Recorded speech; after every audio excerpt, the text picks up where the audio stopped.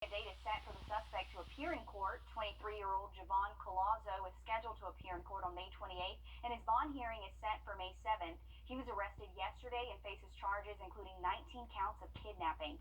Family members of a child who was on the hijacked school bus are speaking out. They say it was the most terrifying moment of their lives, but the actions of this 10-year-old boy may leave you speechless.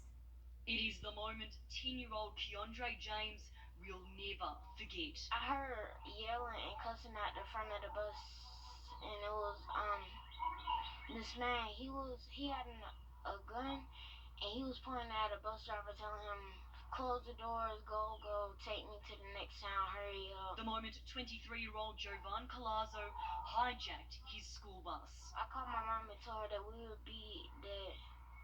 everybody who was on that bus was being held hostage. The Sheriff's Department say after 6 minutes, kids began coming to the front of the bus and started asking Colazzo questions. He was saying the F word. He was saying, "Close the doors, go, take me to the next town." What the 10-year-old did next will astound many. He told us to get out, but before he told us to get out, he told everybody to move up to the front, but I was still talking to my mom and my dad, so I put my phone on silent and I put it in my pants and pulled my jacket over it so that he wouldn't see. Like, this is the last thing I ever would have thought would have happened. Like, it was very scary, very terrifying. His mum, Carolina Eisenwine, says it's the phone call a parent never expects. He told my husband, he was like, "We're hostages." And he was like, "What?" And he was like, "A man got on the bus with an assault rifle and was pointing it at the bus driver." So the first thing he told Keandre was, "Get down, get down, get down." She says she and her husband jumped in their car to try and find Keandre. Everything just went through my mind and I just started freaking out. We were driving everywhere looking like maniacs, like just trying to find that bus, just trying to find my son. I really panicked when he wasn't answering my phone calls or my texts anymore. When she finally got in touch with her son, I got on the phone with Keandre. Keandre was like, he made everybody get off of the bus. And I was like, "Where are you?" He's like, "We're down the road by this store." And then that's where we saw all the kids on the side of the road with the police officers. Relief set in. I always make sure he has his phone. I make sure he charges his phone at night before he goes to bed. And I am so proud of him. So proud of him. We have been calling him a hero all day. A hero he is. Keandre says he was worried about the students younger than him, and his mom says she will let him ride the bus today, or tomorrow, excuse me. Our reporters have reached out to get in touch with the bus driver, but the school says the bus driver wants to keep his privacy. To weather now as we get a check of the weather with First Alert Chief Meteorologist Riley Hill. And Riley, how are things? Looking good out there, Zana. We're seeing abundant sunshine this afternoon, and temperatures rolling a little bit below average for us. And it's also pretty windy. We're seeing sustained winds between 15 to 20 miles an hour in most places. In Aiken, you're one of the calmer spots, a sustained wind of 12 miles an hour currently. But look at Augusta. We're up to 18, 20 miles an hour in Louisville. Thompson, you're at 14. So pretty gusty for us. And since the air is so dry, there's also an elevated fire risk across most of the region. That's going to last until this evening between 7 and 8 o'clock for those red flag warnings in Millen, Sylvania, Allendale, and then just an elevated fire danger for the rest of us. We are expecting a very nice evening. Temperatures are very comfortable currently in the upper 60s to mid 70s for us here in Augusta. Perfect night for some baseball. If you're heading out to SRP Park, we are expecting temperatures to start off on game time in the mid 70s and work our way through the 60s late tonight. We'll have a look at the rest of your Mother's Day weekend in just a little bit. An Augusta man facing more than 1,000 years in prison for a drive-by shooting where no one was injured is finally set free after 2 years. His attorneys say they had proof he wasn't at the scene of the crime, and the woman who initially identified him later recanted her testimony, his family speaking out for the first time. I just give it all to God because at the beginning of it, I lost everything. I had to walk with my kids. I was pregnant with my son at the time. We lost our car due to, my husband's incarceration because he was paying everything because I was really sick when I was pregnant. So, I just thought the first thing I thought was to push, to keep going because the kids, they still need me. We're speaking with the prosecutor that put him away and why she stands by the case. There are 500 pages of documents that we've been sifting through. We're working on that story tonight on News 12 at 6 o'clock. A Washington County man is charged with murder in the shooting deaths of two teenagers. Officials tell us 22-year-old Daniel Brinson has been in custody since the day the bodies were found in Johnson County, but on unrelated drug charges. It all happened back on April 26th when deputies found 18-year-olds Destiny Kite and Charles Garrett dead from gunshot wounds. That happened on Paul Lord Road in Wrightsville. The investigation shows that Brinson knew Garrett. Atlanta Mayor Keisha Lansbottom says she won't run again. In a news conference this morning, the mayor told reporters she doesn't know what's next, but that it's time to move on. It is abundantly clear to me today that it is time to pass the baton on to someone else. I will be mayor until the first Tuesday in January. And what I have always said is that I want to leave the city better than I found it. The mayor put to rest rumors that she's going to work for Walgreens with fellow Spelman College alum, friend, and Walgreens CEO Wrdw. She says donors will receive letters about refunding campaign funds. People in India are lining up for vaccines, and the government is rushing to ramp up medical facilities as COVID cases continue just to shatter records. Crematoriums and burial grounds are struggling to handle the dead. India is reporting a new record of more than 400,000 confirmed cases in just the past 24 hours. Almost 4,000 more people have died, and health experts think these numbers are an undercount. Meanwhile, experts say summer travel is going to increase significantly this year. While the CDC relaxed travel guidelines for those who are fully vaccinated, overseas flights and cruises are still full of pandemic restrictions. That's why experts say it'll be the summer of the road trip. Gas prices are already going up, the average price for a gallon going up 60% in the last year. But one thing's for sure, people are tired of being cooped up. I've had people call me and said, I just got to get out of the house. You know, I've got to get Tim out, and he's driving me crazy. Domestic air travel is still down about 40% compared to pre-pandemic levels. The destinations seeing the most growth are areas with outdoor activities like Montana and Utah. Texas lawmakers advancing an election bill overnight after Democrats fought to negotiate changes. The bill would add criminal penalties for voters and give power to nonpartisan poll watchers. After the overnight debates, lawmakers did add some amendments to take away parts of the law that worry Democrats. A final vote is expected today. This comes after other states like Florida and Georgia signed similar laws. Groups in several of our counties are hitting the road to promote the John Lewis Voting Rights Act. The motorcade in Richmond County starts at the Southgate Shopping Center tomorrow at 2 o'clock. They're going to drive to the James Brown Arena parking lot where they're going to have free food, giveaways, and information on the voting rights bill. There will also be a moment of silence to recognize Ahmaud Arbery on his birthday. Just in the last couple hours, a judge deciding on a trial date for the three men charged with killing him. Gregory and Travis McMichael and William Bryan are charged with murder, and jury selection for their trial starts October 18th. LGBTQ advocates say a third bill focused on keeping transgender athletes out of women's sports in South Carolina sets a dangerous precedent for discrimination. Meanwhile, people who support the bill argue transgender athletes would have an unfair advantage. The legislation went before lawmakers just yesterday, with more than a dozen people signed up to testify. A South Carolina man who was a high school athlete prior to transitioning says the proposed legislation excludes trans students from opportunities. It also creates the fear and anxiety and worry in trans students that, you know, all they want to do is be able to live their life in peace and, you know, have the same opportunities as anyone else.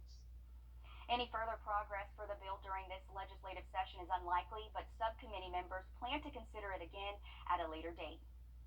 Well, the Braves are back in Atlanta this weekend, and for the first time in nearly 2 years, they're going to be allowing full capacity at Truist Park.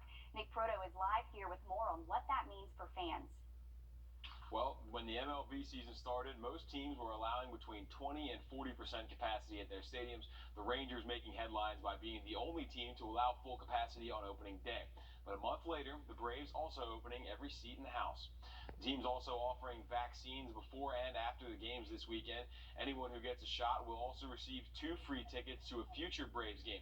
And this couldn't come at a better time for Atlanta. The Braves sitting in third in the division, a game and a half behind the Phillies, who are in town this weekend. That extra crowd noise could be a huge home field advantage as the Braves try to tighten that division race. And you may be wondering what effect this has on the Green Jackets, who are now a Braves affiliate. Right now, nothing. The Green Jackets are following state capacity guidelines, and since the stadium is in South Carolina, they'll wait for DHEC's okay before fully opening up. Thanks for that live update, Nick. A busy time in Atlanta. Well, take a look at this, a view from above, how it all started with a local elementary school. Stick with us. This is after the break. Riley? We are expecting a pretty chilly night for me. Expecting temps tomorrow morning down into the mid-40s. We'll have a look at the rest of your Mother's Day weekend coming up. Augusta's favorite pastime is back. We've literally been crippled by this pandemic. But with a brand new set of challenges. The high cost of minor league baseball, Monday on News 12 at 6 o'clock. I got you. Have peace of mind with Rhodes Law Firm. Back on Wednesday, students at the Savannah River Academy launched weather balloons with the National Weather Service and the Amateur Radio Club of Columbia County, and one of those balloons reaching a height between 70,000 and 100,000 feet. And you can check out that view right there. They originally thought that the balloon traveled about 50 miles from the school, but it ended up drifting further, landing between Lake City and Conway, South Carolina, about 155 miles away. They tracked the balloons the entire time using amateur radio. We also use what's called a repeater. Those can expand our reach out regionally. So we have a couple that can cover an area of a couple hundred miles. Major Christopher Mace from the Civil Air Patrol at Daniel Field recovered the balloon. One of the other balloons sent out a signal that was picked up as far west as Oregon and as far north as Prince Edward Island in Canada. And if you want to see more images, we posted them on our website, wrdw.com. But Riley, that's pretty neat stuff. And I mean, those images, you only want to go see more. I know it. It's crazy. And that was one. So they launched 2 balloons yesterday, and one of them was just kind of that camera view. They wanted to see the curvature of the Earth, and they did get it high enough, and those pictures are incredible. So our meteorologist, Anthony Carpino, he's actually working on getting those pictures up on our website. So check that out later tonight. They are phenomenal to check out. Now, blue skies over Grovetown. We're looking at a very nice afternoon, just a little bit breezy for us. Our winds are sustained out of the northwest up to 18 miles an hour currently here in Augusta, a little bit below average temperature-wise. We're still holding in the 70s this afternoon here in town. Now, northwest winds still going between around 15 to 20 miles an hour on average across most of the region. You can see up to 20 in Jefferson County, same thing down there in Screven County. We are this combined with very dry air in places, creating an elevated fire danger across most of the area. And we even have a red flag warning highlighted in pink for Allendale, Screven, and Jenkins County. That's going to be in effect until 7 p.m. The other counties shaded in tan, including us here in Augusta, Columbia, and Aiken counties, those are going to stay in effect until 8 p.m. tonight, just for that elevated fire risk with gusty and dry conditions out there the next few hours. But we're looking better through the weekend. Not going to be quite as breezy on Saturday, and we're expecting high pressure to be moving in here. So that should bring back plenty of sunshine this weekend, but temperatures going to be rolling just a little bit below normal heading into tomorrow. Now, great evening to check out the Green Jackets. They're taking on the Fireflies tonight. And for the first few fans that do show up, they are giving away some pennants as well, so some cool free stuff to grab. As we head throughout the game, we're expecting temps to start off in the 70s, then work their way through the 60s. And then by late tonight and early Saturday morning, we are expecting chilly lows down into the mid-40s tomorrow morning, definitely below average for this time of year. And then tomorrow afternoon, we're expecting highs generally mid to upper 70s if you're north of Augusta. Here in town and further south will most likely stay closer to 80, so another very beautiful afternoon. A great day to maybe get out in the yard, cut the grass, get everything looking nice for Mother's Day on Sunday. West winds tomorrow between 10 to 15, so not quite as gusty as what we were today, but still a little bit breezy out there. And keep that in mind, if you do have a kayak trip planned, definitely don't want to go downstream and have to paddle back up into that wind, so keep that in mind. Temperature-wise, should be very comfortable, though, tomorrow afternoon into the 70s. Lake forecast looks good as well. We're expecting temps up at the lake to remain in the 70s tomorrow afternoon, and then mid-80s for our Mother's Day Sunday. Take mom out to the lake. Looks very good for our Sunday plans. Past the weekend, though, that's when rain chances do start to go back up. We possibly could be battling some storms by Monday, so we're going to keep an eye on that through the weekend. Thanks, Riley. One drug maker is working to have the word emergency no longer attached to their vaccine, Pfizer. Pfizer announcing today they are beginning the months-long process of obtaining full FDA authorization authorization rather than emergency use authorization. Adam Minster joins us now with more. Adam, how will this decision impact the vaccine rollout?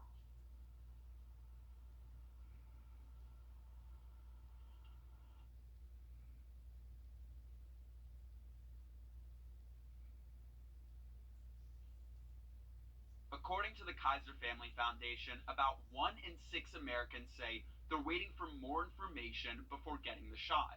So we have more vaccine than willing arms for these life-saving vaccines at this time. A top reason, not being sure the vaccine is safe or has been through enough tests. Online, people are concerned about getting a shot they say was developed quickly and has temporary approval. One Facebook user used the hashtag #NotAGuinea-pig when commenting on a story about the vaccines.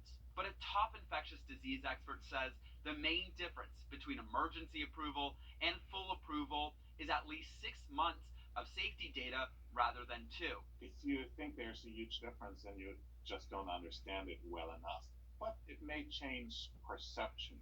There really will not be any new safety data. And we apologize about that audio issues with Adam there, but Dr. Albrecht also says that the biggest threat to the vaccine is the variants, but the biggest threat to the variants is the vaccine. Health officials in South Carolina also say they're having challenges getting some people to take their second shot, but they are planning to start calling people to help them schedule their next appointments. Still ahead, are strong passwords enough to protect your privacy these days? Probably not. Coming up, what you can do to stay safe from hackers. Stevens Auction Company, 2796 Pine Log Road in Warrenville, South Carolina. If you're still using the same password for all of your accounts, here's a reminder that you probably need to change them. These days, strong passwords may not be enough to protect your privacy. Jamie Tucker explains why you may want to take a second step to keep hackers away. Strong passwords are important. 13 characters or more, a mixture of numbers, letters, and symbols, and a different password for each account that we have. But still, passwords are leaked by companies all the time, so it's important to enable something called two-factor authentication. Not only is it a mouthful, but it makes it nearly impossible for a bad guy to log into one of your accounts. It's a security measure that requires you to prove you are who you say you are by using two forms of identification. One step, or factor, is your password. The other step, or factor, is your device. If you have it turned on and go to log into Google or Facebook, it'll ask you for your password and will then either send you a text message with a security pin, use the Google Authenticator app, or use one of these security keys that detects your fingerprint to sign you in. These keys from Yubico make it practically impossible for someone to log into one of your accounts from a new device or a computer, even if they have your super strong password. Now, Google is turning on two-factor authentication this week for all users, so you should have to set that up if you're not already using it. And don't worry, you don't have to do this every time you open Google, check your email, or log into Facebook. You only need to do it when you're logged out of that account and you're logging back in, or if you're using a different device. If you are using really strong passwords, it's not enough. Enable two-factor authentication. That's What the Tech. I'm Jamie Tucker. Google will also warn you about any passwords that are weak or used for multiple accounts. You'll find that information when you log into your Google account. Check this out. Boiled peanuts are a signature Southern snack, but one South Carolina man is taking it to the next level. Jared Jester is the one responsible for putting the world's largest boiled peanut on a highway in Beaufort County. Can you imagine driving down the highway and seeing that? You'd be questioning, is it real? And he's the one that convinced South Carolina to recognize it as the state's official snack food. For the last 3 years, boiled peanuts have been Jester's life and livelihood. His Heritage Peanut Company currently producing 20,000 pounds of vacuum-sealed nuts per month, and that's in the slowest season. Now they're kind of hard to come by because there's only a handful of growers, actually 2, that are growing them in the U.S. I think everybody likes boiled peanuts, quite frankly. If they don't, it's because they don't know about them yet. He says their goal is to deliver the finest boiled peanut in the world, and he wants to increase production to 80,000 pounds per month. But Riley, some peanuts sound good to snack on right about now. Heck yeah, I love some boiled peanuts. And now South Carolina is not only known for the giant peach off 85, we also have the big peanut now as well. Looking good for our Mother's Day Sunday. High temperatures reaching the mid to upper 80s, and we should be sunny. I'm going to look at that 7-day forecast next. take a look at your community calendar. Tomorrow is National Train Day, and they're going to be doing something special at the Aiken Parks and Rec Center. You can actually stop by their Visitor Center and Train Museum starting at 10 a.m. tomorrow. There will be live music, train rides for kids, balloons, face painting, great food, all types of fun stuff happening tomorrow, and the weather will cooperate with us. We're expecting a very nice day on Saturday. Here's a current look at I-20, the Augusta Canal, courtesy of EarthCam. Traffic is actually moving smoothly out there this afternoon. We're currently at 74 degrees, still pretty breezy here in Augusta. We have a northwest wind between 15 to 20 miles an hour, staying pretty gusty through this evening. Winds look slightly calmer this weekend, still between 10 to 15, but we are expecting dry weather. So, hey, wash mom's car for this weekend. On Sunday, it looks great for that. Mostly sunny, mid to upper 80s by Sunday. If you're maybe doing some traveling to go see mom for this weekend, if you're heading up to Asheville, they're expecting temps to stay in the 60s on Saturday, so a little bit cooler up there. Should stay dry this weekend in Asheville and Charleston as well. If you're heading towards the coast, high temperatures by Sunday closer towards the coast should be making it close to 80.